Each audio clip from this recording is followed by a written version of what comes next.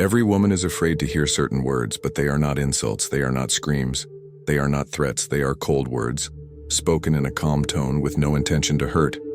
And precisely because of this, they cut deeper than any offense. Because they do not come from anger. They come from lucidity. From that moment when the man wakes up from an emotional trance and looks at her as if for the first time, and no longer sees the goddess, no longer sees the princess, no longer sees the center of the universe. He sees an ordinary woman with insecurities, with games, with predictable manipulations. And there, in that silent realization, her reign ends. You've probably experienced something similar.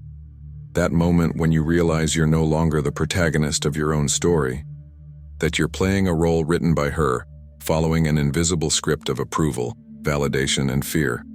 Fear of making mistakes, fear of being rejected, fear of losing. And the more fear you have, the more power she gains. Not out of malice, but because that's how the dance works. She tests you, you bend, she presses, you justify, she threatens, you give in, until the day she looks at you and feels nothing anymore. Because where there should be a man, now there is only an echo. And you call it love. You call it companionship, you call it maturity. But deep down it's surrender. You've been bending little by little, disguising your absence as empathy. You think you're being sensitive, but you're just fading away. You think you're being understanding, but you're just submitting. And every time you do that, she loses another reason to admire you. Because what attracts her is not unconditional affection, it's your uncompromising presence. You may have been the perfect guy on paper, attentive, present, willing, but you lack the one thing that really matters, firmness. And firmness is not rigidity, it's not brutality, it's knowing what you tolerate and what you will never accept, even if the price is losing her. Because if the price of love is abandoning yourself, then it was never love. It was emotional slavery disguised as romance. That's the origin of the game. The blind spot of most men. They think they need to be chosen, that they need to deserve the woman, that love needs to be conquered all the time, even if it means living in an eternal emotional entrance exam, where every mistake costs a piece of dignity. But real love doesn't ask for constant proof. It flourishes in the soil of integrity. It sustains itself when you remain whole. What you still don't understand is that the tests she does are involuntary. They are instinctive reflexes. She doesn't think, now I'm going to test this guy. She just feels and acts. Like someone who pushes a door to see if it opens. And every time you open it without questioning, without reacting, without asserting your presence, she feels she is dealing with just another one who will be molded, another one who will fall into the pattern, another one she will get tired of. Because what she really wants, deep down, isn't the man who pleases her. It's the man who stands up to her, who confronts her when she loses control, who pulls her back when she strays from herself, who doesn't idolize her but sees her with all her flaws, and still chooses to stay, but without ever groveling for it. Do you know when the crown starts to weigh on her head? When she feels she can do anything, that she can humiliate, disrespect, belittle, that you won't leave, that you'll stay, no matter what happens. And when she realizes this, she doesn't feel relief, she feels contempt. Because absolute power does not bring security. It brings boredom. And boredom kills desire. You've become predictable, controllable, bland. And there's nothing more of a turnoff for a woman than a man who has lost the ability to assert himself. This is where the words she fears come in. Not because they are violent, but because they are undeniable. Because they are not spoken with anger, but with certainty. Because they are not born of impulse, but of clarity. When you say she's ordinary, when you say you've been with more intense women, when you show that your life not only continues without her, it improves. These words are not weapons, they are mirrors, and the reflection they return is unbearable. She realizes she's not indispensable, that she's not unique, that she's not the goddess she imagined herself to be. And at that moment she either grows or she runs away. And if she runs away, Let her go. Because the man who woke up from this emotional nightmare no longer begs for her presence. He chooses who deserves to be by his side. And that choice comes from the strength of someone who understood that true love does not require sacrifice, but expansion. You were not born to please. You were born to live in truth, to build relationships where there is room for conflict, for confrontation, for discomfort. Because it is in this friction that respect is born. And without respect, there is no love, only toxic emotional symbiosis, where one lives by sucking the strength from the other. Now look around. See how many men live like this, emotionally mutilated, spiritually dehydrated, convinced that they are being good partners, when in fact they are just being emotional slaves. Maybe you are among them. But if you've come this far, something inside you has already begun to change. And that change is irreversible. Because when consciousness awakens, fear dies. The fear of losing, the fear of displeasing, the fear of being alone. And in place of that fear, a new presence is born. A silent force of frightening clarity. Because she knows, she feels it, that you are no longer the same. And when she realizes this, when she feels that you no longer react as before, that you no longer explain yourself, that you no longer seek approval, that you no longer beg for affection, she will try to turn the tables. She will use what worked before. But nothing works anymore. Because now, you are no longer controllable. You are free. And that freedom is what most women fear most and desire most. Because the free man, the lucid man, the whole man, is not accessible. He is choosable. And to be with him, she will need to step down from the throne she built for herself. You believe you are losing a woman. But what is slipping through your fingers day after day is much more valuable. It is your axis, your emotional backbone, your ability to remain whole in front of someone who tests your limits, not because she hates you, but because she desperately needs to believe that you are capable of supporting her, not with sweet words, but with a firm presence. And it is precisely because they do not understand this that most men live in a chronic state of emotional confusion, where what should be love becomes a maze, and what should be partnership turns into a battlefield. She tests you because she wants to know where your limits are. Because instinctively, a woman needs to know if you will crumble at the first sign of trouble, or if you are the rock on which she can finally rest. The point is that instead of building that foundation, you respond to these tests like a servant responding to the queen's call. You explain yourself, you beg, you back down. And every time you do that, you're not being understanding. You're digging your own emotional grave. Because she doesn't need another emotional child to take care of. She needs a man who knows his own limits and doesn't ask permission to exist. The great tragedy is that modern men have been domesticated by the narrative of suffering love. They have been taught that always giving in is proof of maturity, that remaining silent in the face of disrespect is a sign of wisdom, that being patient in the face of absurdity is emotionally evolved. That's a lie. That's not maturity. It's fear. Fear of losing, fear of being alone, fear that by asserting yourself you will no longer be loved. But here's the shocker. When you nullify yourself to keep someone by your side, you're not saving anything. You're just postponing your ruin. And hers too. Women with egos inflated to the point of emotional insanity don't come out of nowhere.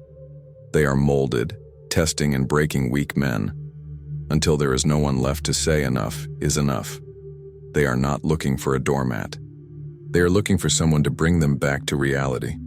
Because deep down, even if they never admit it, they know that power without counterbalance turns them into something they despise. A caricature of strength built on emptiness. They want to be restrained, not controlled. They want to be heard, but not feared. They want to be challenged, because only in true challenge is respect born. And respect is the basis of attraction. You can repeat as many times as you want that you love her.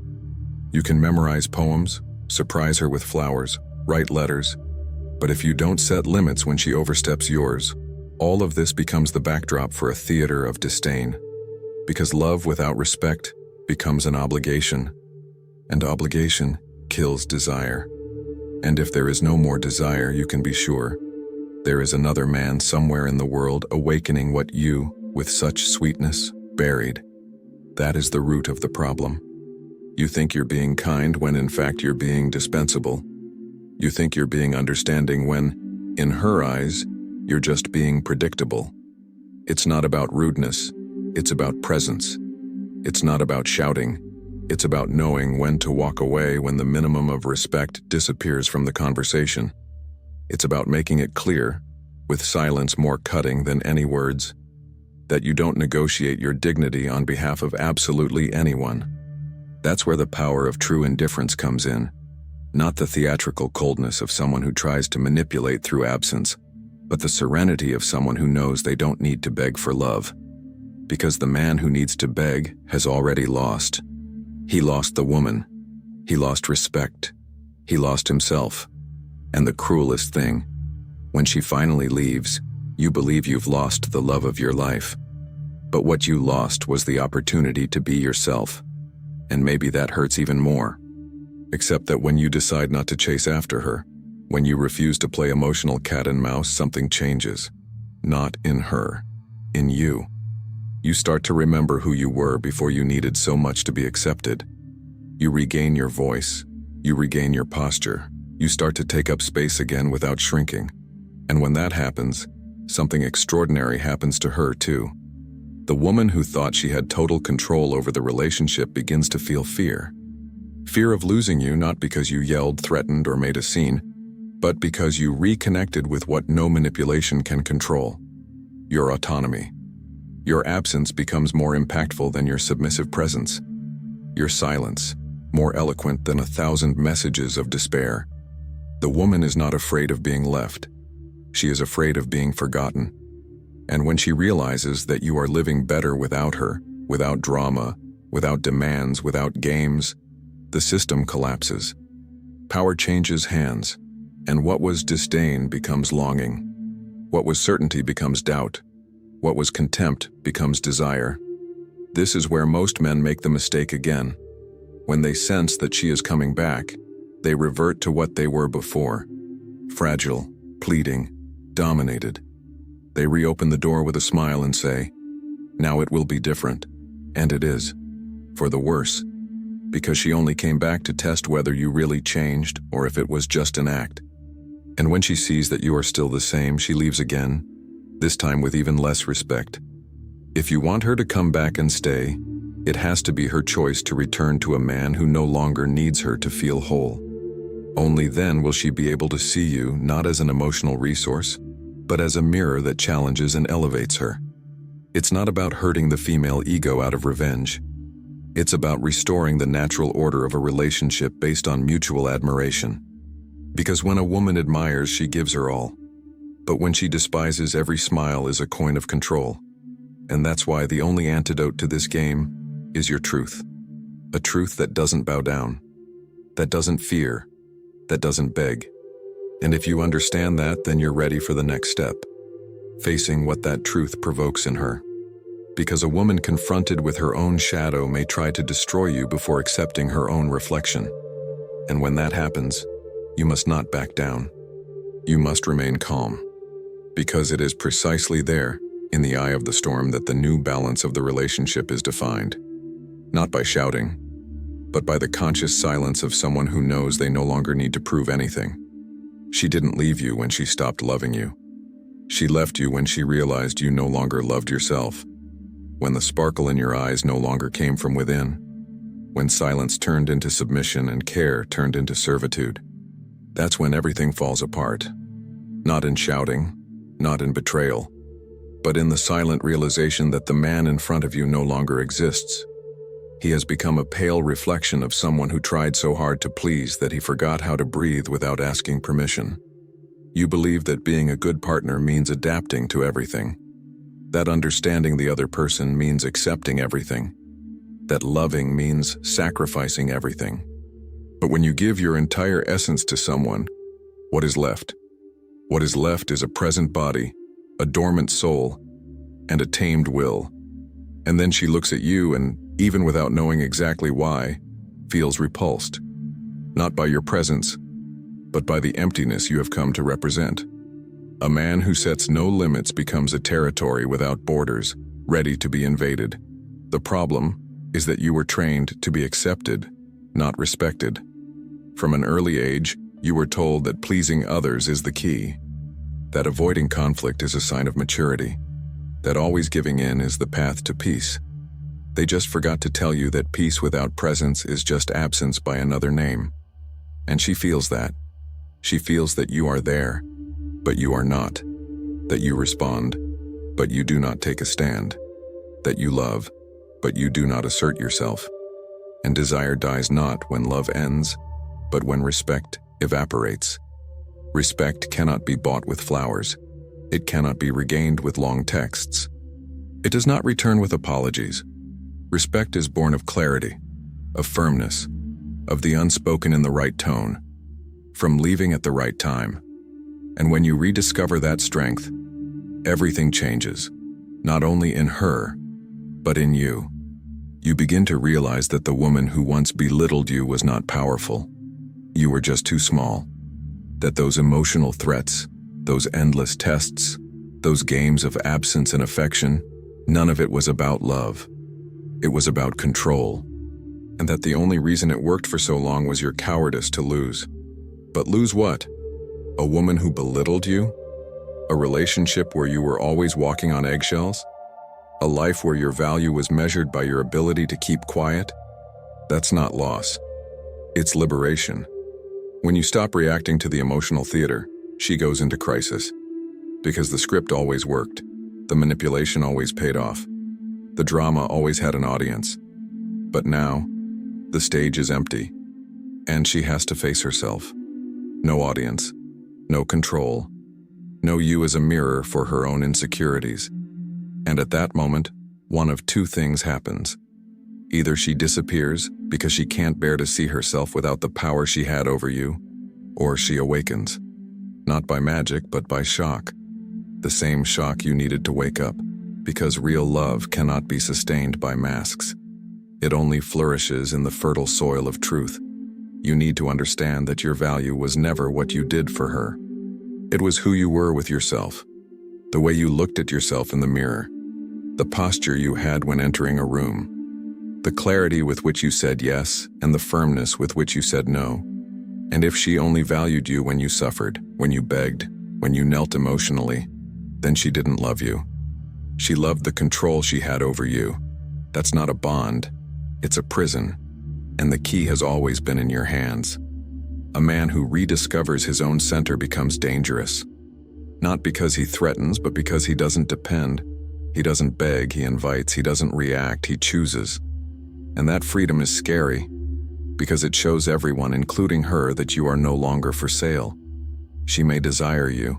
She may want you back. She may even change. But now you have standards, and if she doesn't meet them, the door remains open, but no longer for her. And that's not coldness. It's maturity. It's awareness. It's the end of the romantic naivety that taught you to confuse surrender with renunciation. You weren't born to be a doormat. You were born to be a road. And a firm road doesn't bend, it leads. Maybe you still love this woman. Maybe you still want reconciliation. And that's okay. But if that love is not reciprocated with respect, admiration, and truth, then that love needs to die. Because any love that requires your inner death to exist is a cancer disguised as affection. This is the turning point. When you finally realize that you don't need to defend yourself or justify yourself, you just walk away. Not with hatred, but with lucidity. Because it's not about her understanding. It's about you no longer betraying yourself. And now I speak to you who have come this far. If any part of this text cut you like a blade, it's because you were bleeding in silence. If it touched you like a revelation, it's because you were ready to hear what no one had the courage to tell you. And if you want to mark this moment as a point of no return, write in the comments, conscious coldness. Let this be your symbol, your anchor, your commitment to the truth. Like the video, subscribe to the channel, and if this content helped you recover a piece of yourself, consider leaving a donation of any amount. Every gesture keeps this message alive. The fight is not against them. It is against everything that taught you to remain silent when you should have stood up.